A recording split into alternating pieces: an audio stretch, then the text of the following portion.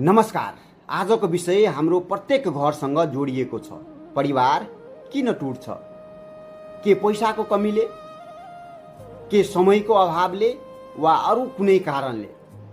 यी कारणहरू हुन सक्छ, तर धेरै परिवारको मूल समस्या एउटा नै हुन्छ, अहंकार। अहंकार भनेको ठुलो स्वरमा बोल्नु मात्र होइन। अहंकार भनेको आफ्नो कुरा नै सधैँ सही ठान्नु हो।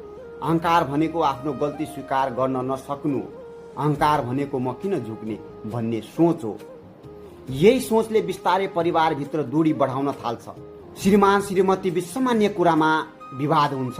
यदि एकजनाले पनि शान्त भएर अर्कोको कुरा बुझ्ने प्रयास गरोस् भने समस्या त्यही समाधान हुन सक्छ।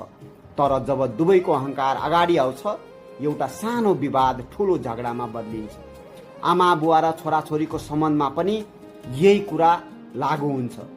कतिपय आमा बुवाले भन्छन् हामीले भनेको नै अन्तिम हो। कतिपय छोराछोरीले भन्छन् तपाईहरू पुरानो सोचका हुनुहुन्छ। दुवै पक्षले एक अर्कालाई बुझ्नुभन्दा आफूलाई सही साबित गर्न खोज्छन्। त्यसपछि सम्बन्धमा प्रेम घट्दै जान्छ र दूरी बढ्दै जान्छ। हामीले एउटा कुरा बुझ्नुपर्छ, परिवार कुनै अदालत होइनन् जहाँ आफूलाई सही साबित गर्नुपर्छ। परिवार त यस्तो ठाउँ हो जहाँ एक अर्कालाई बुझ्नुपर्छ। यदि हरेक कुरामा जित्न खोज्यो भने अनन्त सम्बन्ध हार्न सक्छ।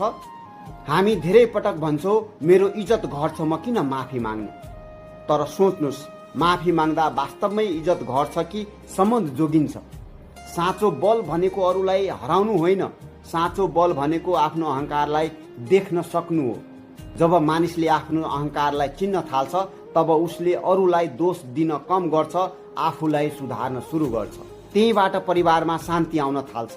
यदि घरमा प्रेम चाहिएको छ भने पहिले अहंकारलाई होइन, प्रेमलाई जित्न दिनुपर्छ। किनकि जहाँ अहंकार ठुलो हुन्छ त्यहाँ सम्बन्ध सानो हुँदै जान्छ, र जहाँ विनम्रता ठुलो हुन्छ त्यहाँ सम्बन्ध बलियो बन्छ। अन्त्यमा आज घर फर्किएपछि आफैलाई एउटा प्रश्न सोधौ, के म सम्बन्ध जोगाउन चाहन्छु कि आफ्नो अहंकार? किनकि धेरै परिवार बाहिरी समस्याले होइन, आफ्नै अहंकारले टुटिरहेका छन्। यदि तपाईलाई यो विचार उपयोगी लाग्यो भने कृपया यो भिडियो आफ्नो परिवार, साथीभाइ र आफन्तसँग साझा गर्नुहोस्। सायद यो एउटा सानो भिडियोले कसैको घरमा ठुलो परिवर्तनको सुरुवात गराउन सक्छ। यस्तै जीवन, समाज र आत्मबोध सम्बन्धित विचारहरूका लागि लाइफ डिकोल्ड नेपाललाई फलो गर्नुहोस्। फेरि अर्को महत्त्वपूर्ण विषयमा साथ भेटौँला। नमस्कार।